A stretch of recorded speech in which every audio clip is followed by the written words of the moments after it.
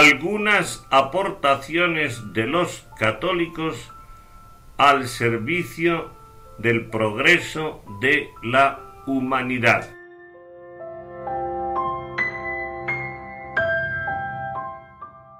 Católicos y observatorios astronómicos. Primera parte. Para aligerar la exposición del presente tema, creo que será útil exponer alguna idea fundamental de los términos técnicos que aquí van a aparecer. Comenzamos por explicar qué llamamos astronomía. Astronomía es la ciencia que estudia la estructura y la composición de los astros, su localización y las leyes de sus movimientos. Otro ejemplo es la astrofísica, que es la ciencia que emplea la física para explicar las propiedades y fenómenos de los cuerpos celestes, que llamamos eclipse al evento astronómico que sucede cuando la Tierra se interpone entre el Sol y la Luna, generando un cono de sombra que obscurece a la Luna. Para que suceda un eclipse, los tres cuerpos celestes, Tierra, Luna y Sol, deben estar exactamente alineados o muy cerca de estarlo, de tal modo que la Tierra bloquee los rayos solares que llegan al satélite. Llamamos zodiaco a una franja de la esfera celeste de 18 grados de ancho, que no es fija, sino que se desplaza ligeramente sobre el fondo del cielo. Esta franja se divide a su vez en 12 partes iguales llamadas signos del zodiaco. Y, finalmente, que llamamos eclípticas a un sistema de coordenadas celestes que permiten determinar la posición de un objeto en el espacio celeste. Y pasamos ya al tema del título del vídeo de hoy. Se ha dicho con razón que nuestra cultura occidental se construye sobre el trípode de la filosofía griega, el derecho romano y el cristianismo. Y dentro de este panorama general, la historia nos dice que la más antigua de las ciencias de la naturaleza es la astronomía. Por eso, el historiador de la ciencia, José María Riaza, ha podido escribir: antes del despertar de Grecia es corriente la predicción de los eclipses de luna. También se había establecido al parecer el zodiaco, detectado el vagar de los planetas e instaurado cierto sistema de coordenadas eclípticas.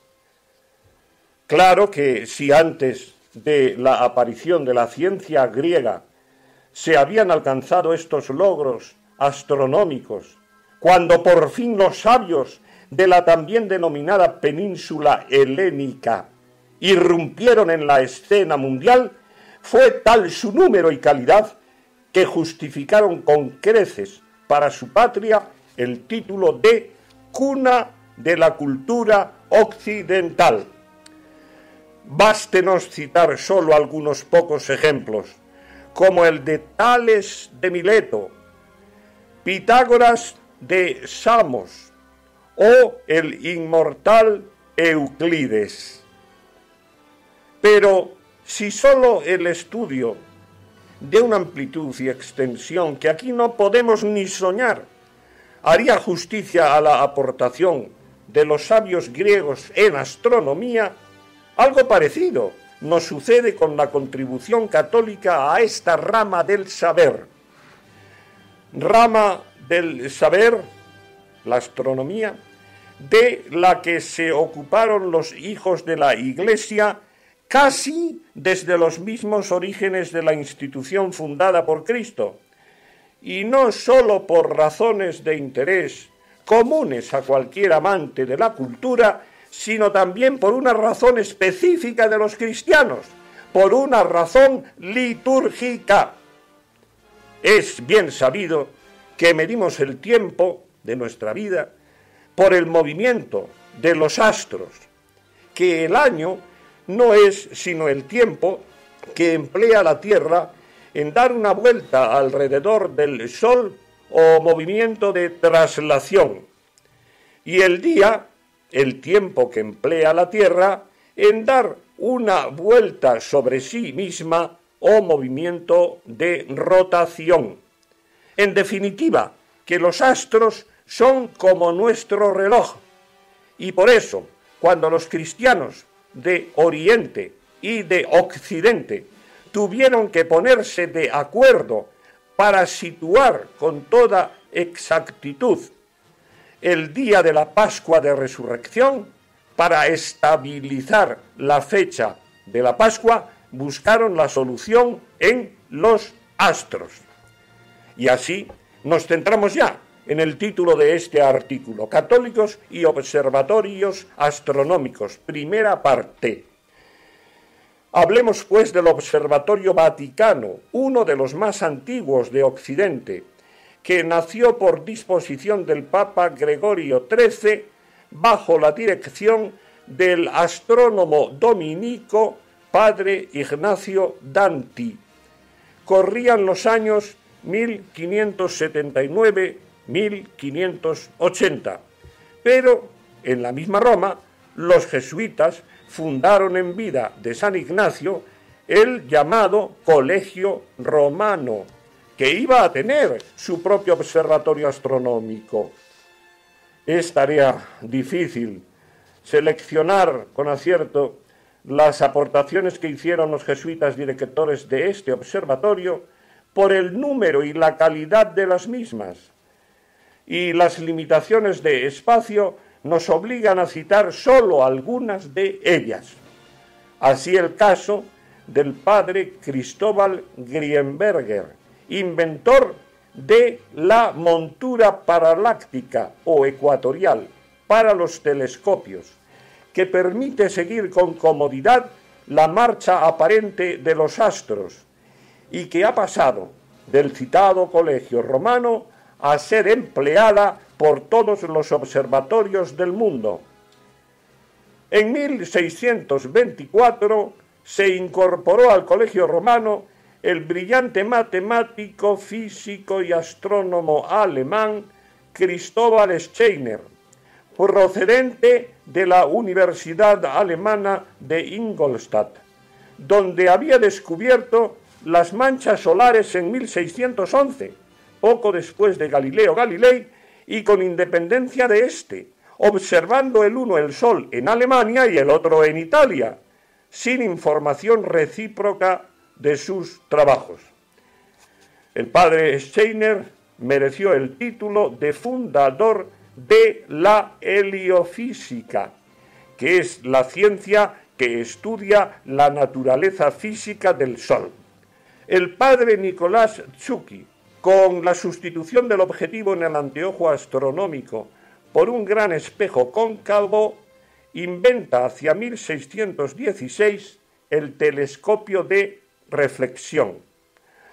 Así fue el primero en observar Mercurio en pleno día y distinguió la luz cenicienta de Venus, la luz cenicienta que ilumina la parte del planeta que no está directamente iluminada por el Sol. Este débil resplandor de color ceniza es debido a la luz solar que llega a Venus después de haberse reflejado en la Tierra. Citemos también al italiano Juan Bautista Riccioli, con la colaboración de su compatriota Francisco María Grimaldi, trazaron un mapa de la Luna notablemente superior a todos los de su tiempo, por el número y exacta precisión de las características del suelo lunar recogidas en aquel mapa. Abarca hasta 600 detalles bien individualizados, más otros muchos que sólo a la luz crepuscular se podían distinguir con el nuevo telescopio.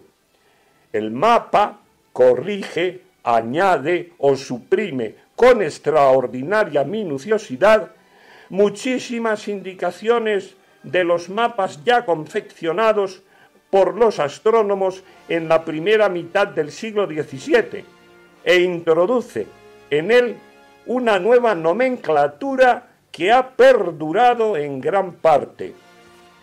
Con gran pena por la cantidad de hombres y obras eminentes que tenemos que omitir, pasamos al siglo XIX, con la figura sin igual del padre jesuita Angelo Secchi, que será considerado el astrónomo más importante de dicho siglo y uno de los padres de la compleja astrofísica contemporánea.